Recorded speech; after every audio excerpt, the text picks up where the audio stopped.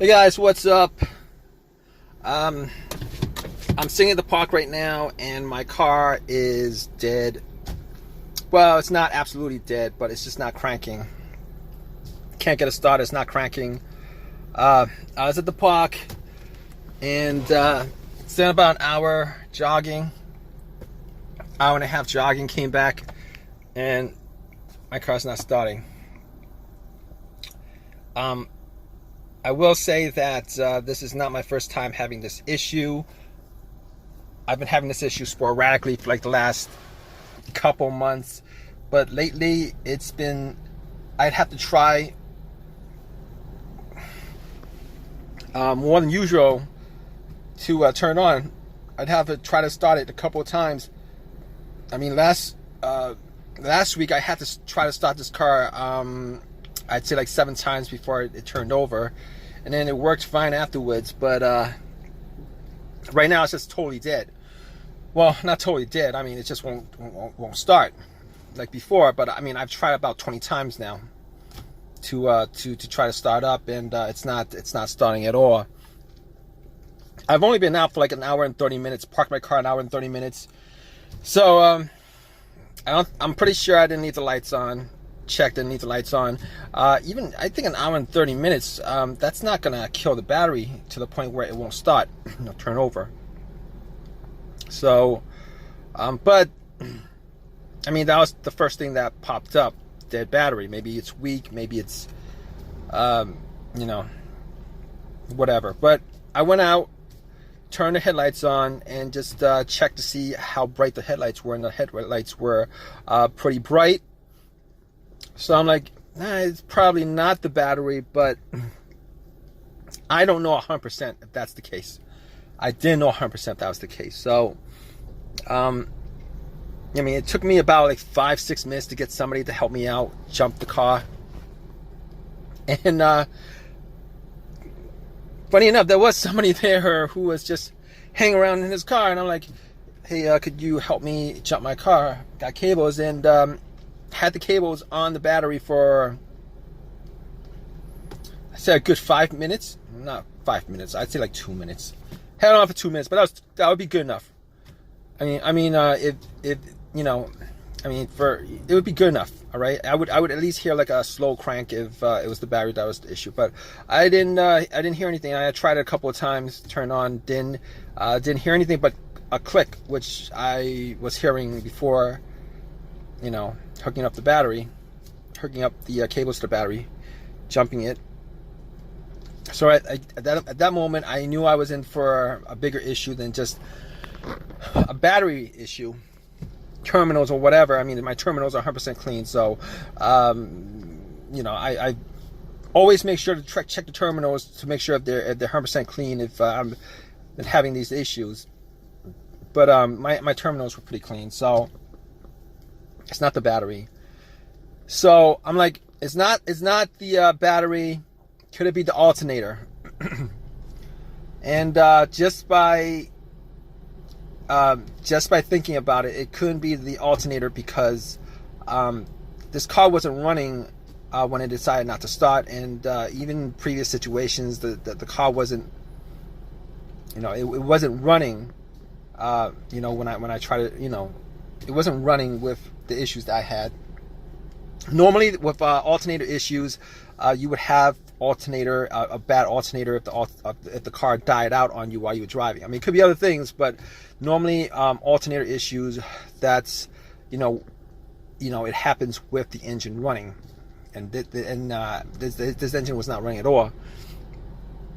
So and also I'm 100% sure of it because I actually if you hook up cables to the battery, and if the alternator was dead because of and you can't start it and it's because of the alternator, hook up cables to the battery and you turn the car on, it should just crank right up.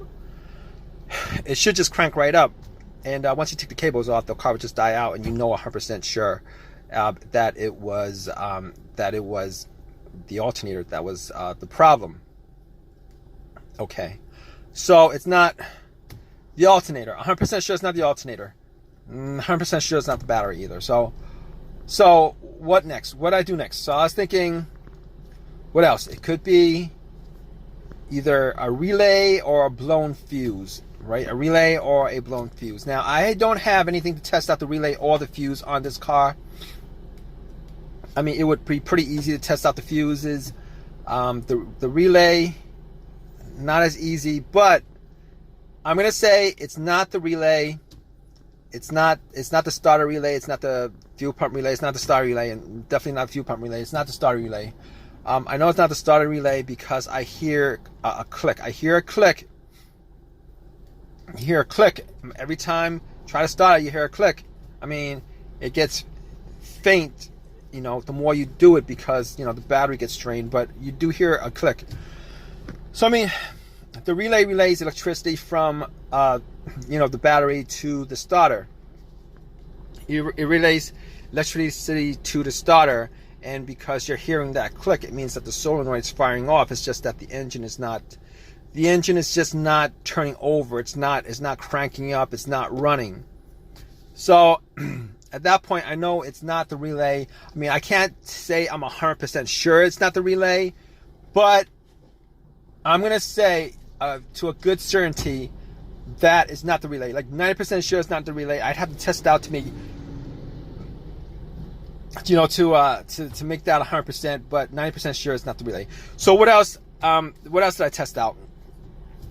I'm thinking, could it be a fuse? Maybe it could be a fuse, but all the times that I've had issues with fuses with this car, well, not this car, but I mean, with cars that I've had previously. So here's the thing about it. Twice I had fuse issues and it affecting my car starting up, not being able to start up. So I'm like, first issue with the fuse that I had was, you know, it would crank. Everything works, it would crank, but it won't turn over. It would crank, it won't turn over. It would crank up, it won't turn over. But that's not the issue here, because this car won't crank at all. It's not cranking at all. So that's not part of that fuse. That's not that particular fuse problem that I had before. Okay, rule that out. The second fuse no start issue that I had was okay, it was a main fuse that was blown. Okay, I drove it around and parked it, had my car on, and my car just died out immediately. Thought it was an alternator to begin with, but after doing some testing, found out that it was a main fuse that was blown. And had that, and I, you know, and that was the case because everything just, you know, nothing worked in the car. Like as if the cables were taken off the battery, nothing worked in the car. So that was a situation where the main fuse that was blown on the car. But that's not the issue here. That's not the issue here because, you know, I get lights on the dash, blow motor works, everything works in the car. So not a problem here. Now, obviously, the last thing, well, not exactly the last thing, but the last obvious thing that could cause this is the starter. It's probably the first obvious thing. Well, not the first. Battery would be the first. Well, okay. Not the first obvious thing, but it's an obvious thing. The starter. Now, I didn't think it would be the starter that would be the issue. And I'm doing this video while I'm waiting for the AAA to tow my car. And I called them up about 30 minutes ago. I'm still waiting for them, but might as well do a video on this since I'm in this situation. The starter. I didn't think it was going to be the starter because I had the starter swapped out about 1.5 years ago. Had the starter swapped out 1.5 years ago. Bought a rebuilt starter from AutoZone for like $150, $175, somewhere around there. And the core charge was like $30. I think that was it. Anyway, you know, I was thinking that I would get a lot more usage out of the starter than what I have so far. If it is the starter, I'm not quite sure. I'm not 100%. I'm like 90%, 99% sure. Well, not 99%. Say like maybe like 80% sure that it is the starter that's the problem. So here's the situation. All right. What the starter is, a rebuilt starter, not a brand new starter. I've had situations before where I bought rebuilt starters, rebuilt alternators, rebuilt stuff. If you guys don't know anything about rebuilt stuff, most of the times, all the times probably when they fix the rebuilt starter, is they change up just that part of the starter or whatever it is, alternator, that's broken. They don't actually rebuild the whole entire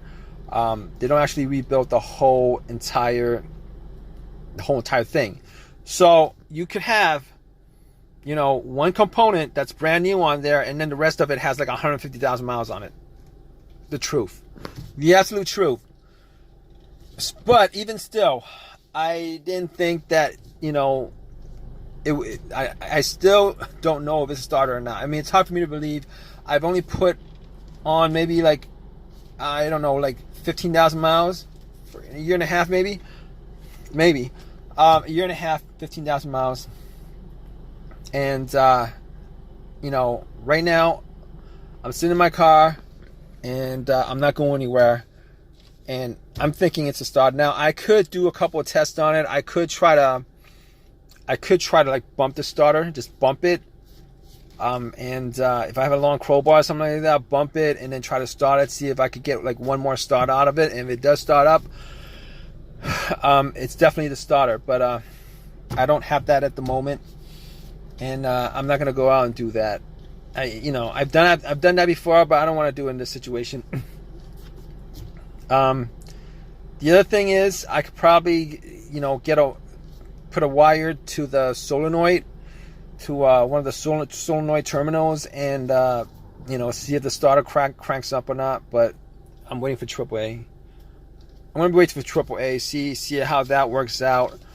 Kind of sucks. And if it turns out to be the starter, this won't be the first time that I've had a rebuilt starter and having it go out on me prematurely, within 2 years. I've had an alternator that went out on me within 6 months. Rebuilt. I'm a big fan of OEM parts. Probably should have just bought a used starter from eBay OEM and pop it in. I would probably be on the road right now instead of making this video. But I'll let you guys know. AAA is gonna be here to tow my car. I'll let you guys know what happened to my car.